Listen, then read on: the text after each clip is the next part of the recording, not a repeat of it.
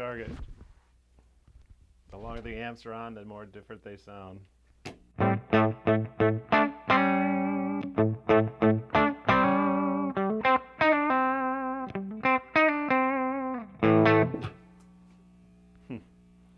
Anyway, welcome to the new Metropoulos World headquarters.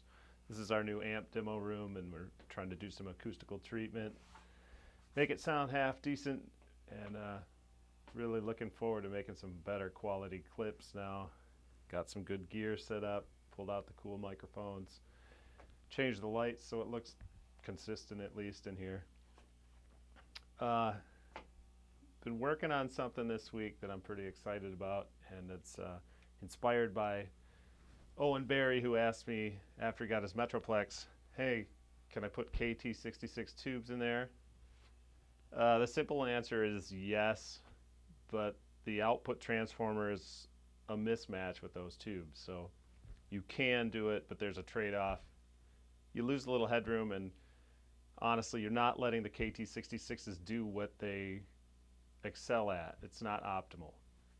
So if you want to use KT66s, then you should install the Drake style 2-inch core 4K primary impedance output transformer.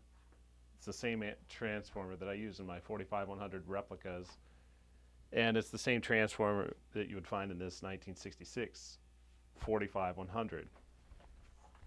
So, okay, that's the catalyst. This week we put a Metroplex together, bone stock, but we changed the output transformer and the output tubes to KT66s. So we fired that up, and it was interesting. It did some cool things, but for my money, if you're gonna do a KT66s in a 100-watt style amp, it really should do this. The 45100, the really high voltage, the Hendrix tones, the whole works. That's where it's at for me. And so I started tweaking. When I thought I was doing some good stuff, then I went ahead and got the old amp out, got the amp switcher out, started going back and forth. And what I found was there was way too much gain in the Metroplex. So I started pulling gain out. Then I found that the tone stack didn't work like the tone stack on the 45100. And then I found that the master volume that works great in the Metroplex with the L34s really didn't cut it with KT66s at all.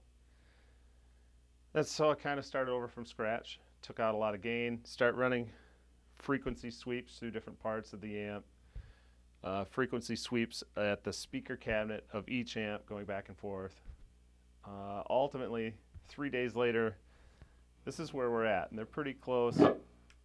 Honestly, my ears are kind of blown out from the last 3 days, so I was started where I got to the point I had to rely on the frequency sweeps to tell me what was happening in the upper mid-range and the highs more so than just hearing it for myself.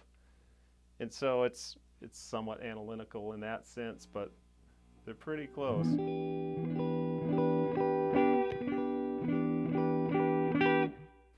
And on the video here, you'll see when I'm using the 45100, the little bulb on the hot plate here I'll click on. I'm only knocking this down 4 dBs just because if it's flat open, then it just overwhelms the room and we get a lot of bad resonances and stuff. So 4 dBs, which is pretty transparent. You really don't have to sweat too much about what it's doing tonally. And then on the KT66 prototype here thing with master volumes at a half, presence, bass, middle, treble, all on 5. The gain's about 4.5 or so, just under 5. And so about 5 on the master for this is about 1 click down on the hot plate for this. So.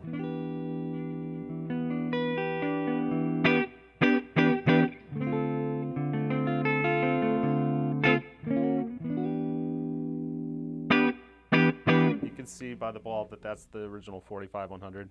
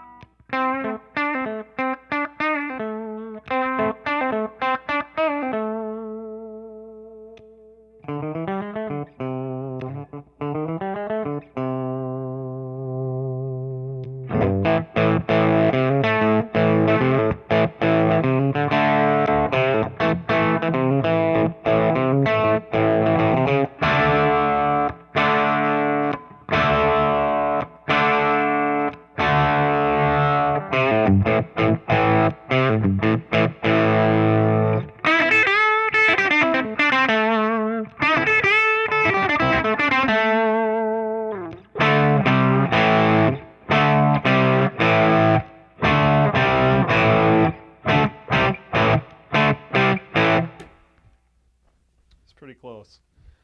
So what I'm doing is this is in what on the Metroplex is called the 66 mode, so it's sort of the lowest gain setting, and that is correlating to the settings on the 45100 are presence on 7, bass on 1, middle on 5, treble on 7, and the high treble loudness one, which is the volume control, is on 7. So I like these settings on the old amp because it's right on that nice balance between if you play light, then it comes out chimey and clean, and if you dig in, then it kind of gets overdriven and gritty. So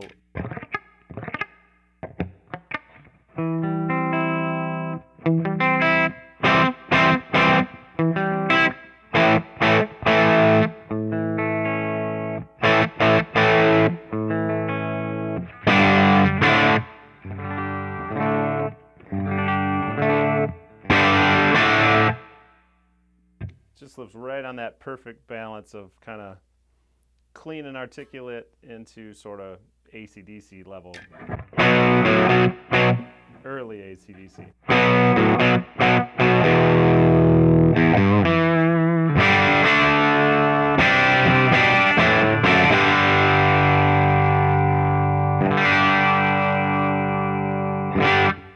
And then if you go to the neck pickup, roll the volume back, it gets really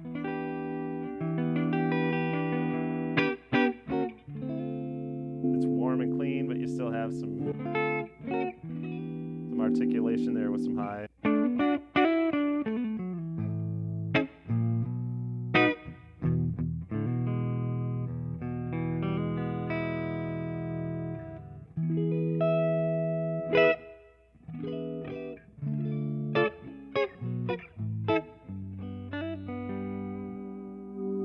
It's downright pretty.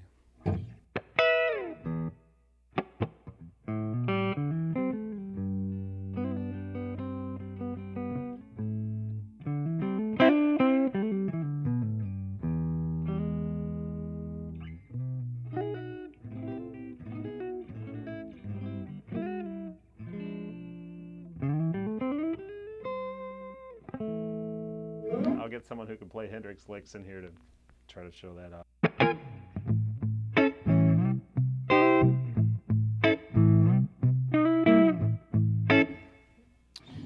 So anytime I'm testing an amp, old or new, I like to go to the neck pickup,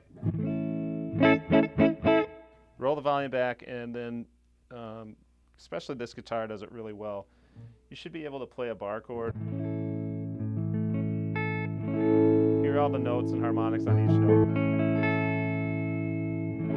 and then put a little chink, you know, on the upstroke there. Because it has to be warm, but it has to be percussive also.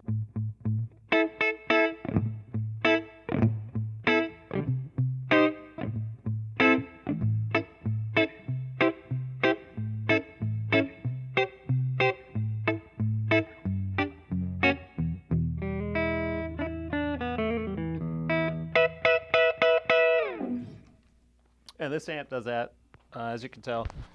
So the this new prototype has to do it also.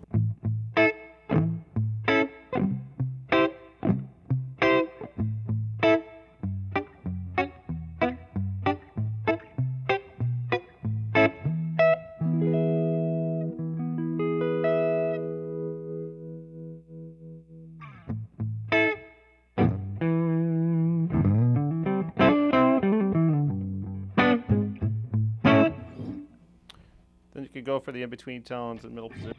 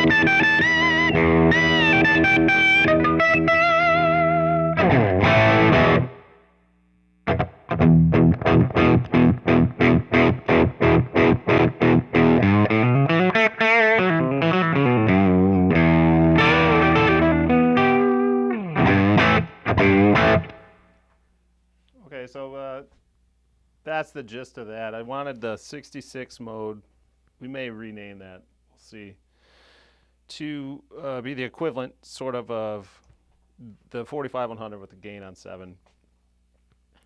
And then when we go over to 68 mode, what was 68 mode on the Metroplex, I want to make that where this is a lot dirtier, so about 9.5 before it gets too fuzzy, but it's gainier.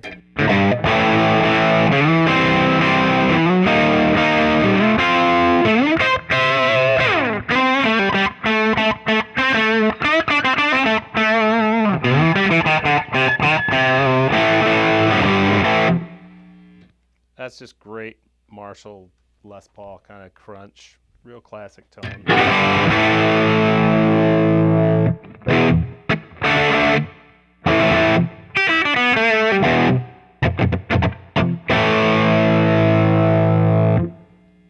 And then we're in the 68 mode here.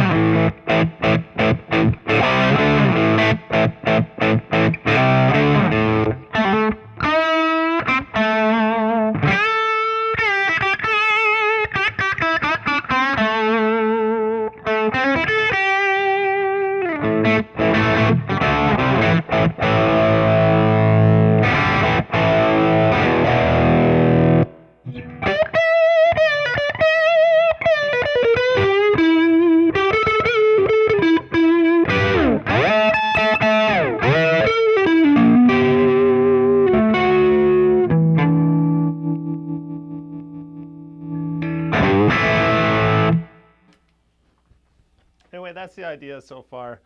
I think the concept, the obvious goal here is going to be, let's take this, change the output, change the tubes, use this 45100 as the reference, and at the end of the day, you should have an amplifier with all the features of a Metroplex, but with the tones based on the 45100.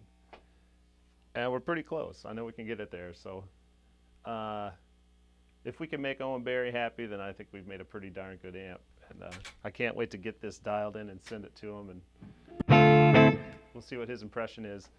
And until then, I'll just keep making some updates, posting some stuff. And as of right now, the front runner for the name on this is Super-Plex. But we may put make it 66 or some numbers in the model or something yet. But that's it. Thanks for watching. Welcome to the new shop, and just keep an eye on the Facebook page if you would, and I'll let you know where this is at.